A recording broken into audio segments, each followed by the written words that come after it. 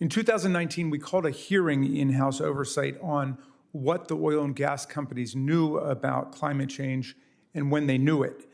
Industry scientists and experts testified that the companies knew the burning of fossil fuels caused climate change as early as 1959, the year the first Barbie doll appeared in the United States, the year that Alaska and Hawaii were admitted to the Union. By the 1960s, before Neil Armstrong even walked on the moon, the science of global warming was well understood by big oil. Instead of telling the world about the perils of global warming and changing their business model, the companies deliberately suppressed relevant scientific findings for decades and then challenged and dismissed urgent calls by scientists to take climate change seriously. Instead of acting like Paul Revere and sounding the alarm about climate change, they acted like Maleficent, the evil fairy in Sleeping Beauty, and cursed everyone to try to go to sleep for 100 years. As the experts told us, big oil's pattern of lying and cover-up set the country back decades in our ability to seriously address the problem. For 3 years, the House Oversight Committee has investigated big oil's 6 decades of climate deception. On September 16, 2021, we sent investigative letters to Exxon, BP, Shell, Chevron, the American Petroleum Institute, and the Chamber of Commerce. Just yesterday, with your committee, we released our final report. Our investigation uncovered compelling evidence of aggressive industry deceit, which continued long after big oil gave up on its outright climate denialism. The joint report and documents we discovered show how time and again the biggest oil and gas companies have talked a good game for purposes of public consumption, but have acted in a completely reckless way to protect their long-term profits in the carbon industry. Company officials admit the terrifying reality of their business model behind closed doors, but always manage to say something deceptive, false, and soothing to the public about climate change. Our investigation reveals big oil's denial, disinformation, and doublespeak, all to lull the public into complacency about the enormous climate emergency we are in and the role that big oil has played in bringing it about. We learned the fossil fuel companies made public pledges to support the Paris Agreement and achieve net zero emissions while internally recognizing that their actual practices would never allow them to achieve these goals. We found the company's PR tactics mutated from simply denying climate science to spreading disinformation about the safety of natural gas and engaging in propaganda about their commitment to reducing greenhouse gas emissions. We learned they publicly broadcast and advertised their interest in low-carbon technologies like carbon capture and algae-based biofuels, while internally acknowledging that these pie-in-the-sky technologies are expensive, difficult to scale, and simply not ready for commercial development. We consistently found that the oil and gas companies relied on trade associations like the American Petroleum Institute and the Chamber of Commerce to spread misleading narratives to the public and to lobby politically against effective climate solutions that they pretended to favor. We found they pumped $700 million into universities and academic research programs to influence pro-natural gas studies and findings over renewable energy solutions. The companies paid lip service to global environmental goals, but dismissed them as basically meaningless behind the scenes. BP's website states that it supports the goals of the 2015 Paris Accord, but our investigation uncovered an email revealing that BP trivialized the Paris Agreement, stating that, quote, "No one is committed to anything other than to stay in the game. So instead of BP choosing to take the actual steps needed to reduce its vast contribution to carbon pollution, BP is instead, quote, staying in the game of fossil fuels and carbon pollution." Spinning a fairy tale about their commitment to renewable energy, fossil fuel companies have often advertised their commitment to low-carbon technologies, like Exxon's vaunted algae biofuels program.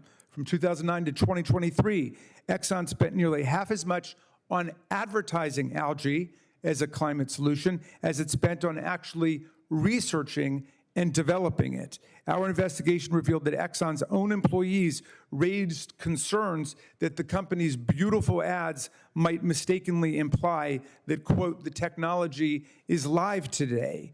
But it was never live, and indeed Exxon ended up pulling up stakes on the whole project before it ever produced any energy.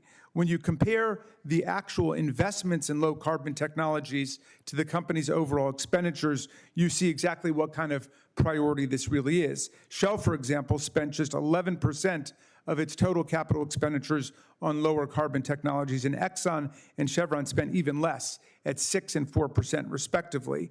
We learned all of these damning facts despite the company setting up huge roadblocks to our investigation. In response to the committee's initial letters in 2021, the companies only provided trivial and publicly available documents, so we sent them subpoenas. And even after being subpoenaed, the companies continued to block our investigation. They heavily redacted or withheld entire documents based on erroneous privilege claims. More than 4,000 documents came back to us substantially redacted. They also used a paper blizzard tactic by producing hundreds of thousands of generic and non-responsive documents. Of the more than 280,000 produced, more than 125,000, nearly half, were mass emails, newsletters, and other fluff documents. If the companies had actually complied in good faith, who knows what else we might have discovered.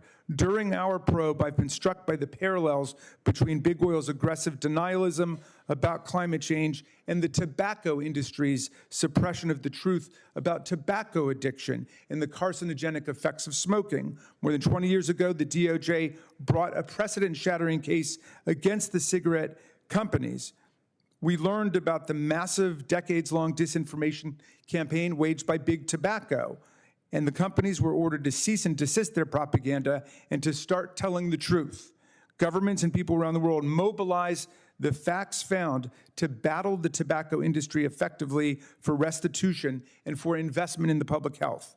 As a result of holding the tobacco industry accountable to the truth, rates of cigarette smoking in our country have plummeted, particularly among young people, and rates of cancer, emphysema, and other lung diseases have fallen. Since the Tobacco Master Settlement in 1998, cigarette smoking among high schoolers has fallen from 35% to less than 4% in 2021. Just insisting upon the truth has saved millions of lives.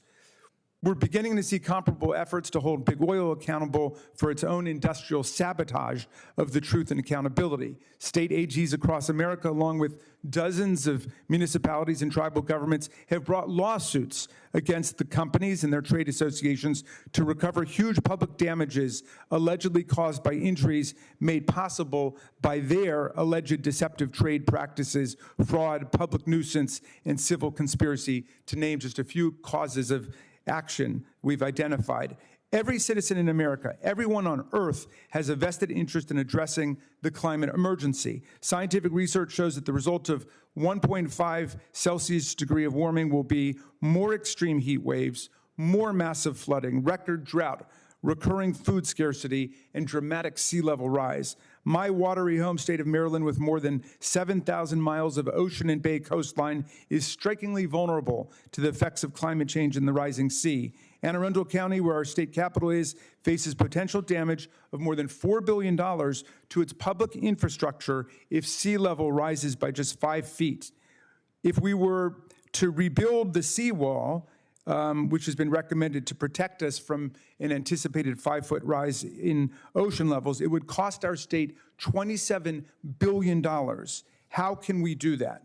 In his acclaimed book, Collapse, Jared Diamond studied the collapse of human societies in history. He identified 5 factors that precipitate collapse, 3 of which relate to the environment: climate change, environmental degradation, and the third, the political inability to respond effectively to environmental threats. Diamond says that a leading cause of a society's inability to respond to environmental emergency is the capture of political and social power by a narrow subset of society which is committed to its own power and profit rather than the common good of the whole society, and therefore refuses to take the steps necessary for survival. Fossil fuel companies publicly claim to be partners, if not leaders, in fashioning climate solutions, but our investigation exposed that as a fraud. Big oil is not addressing the climate crisis, but profiting from it and using a lot of its mammoth resources on continuing campaigns to insulate its carbon-based business model. For more than a half century, they have suppressed the truth about how carbon emissions destabilize the climate and what we need to do to protect ourselves from calamity. The era of denial and deceit must come to an end. Thank you for your attention, Mr. Chairman. Committee members, I yield back.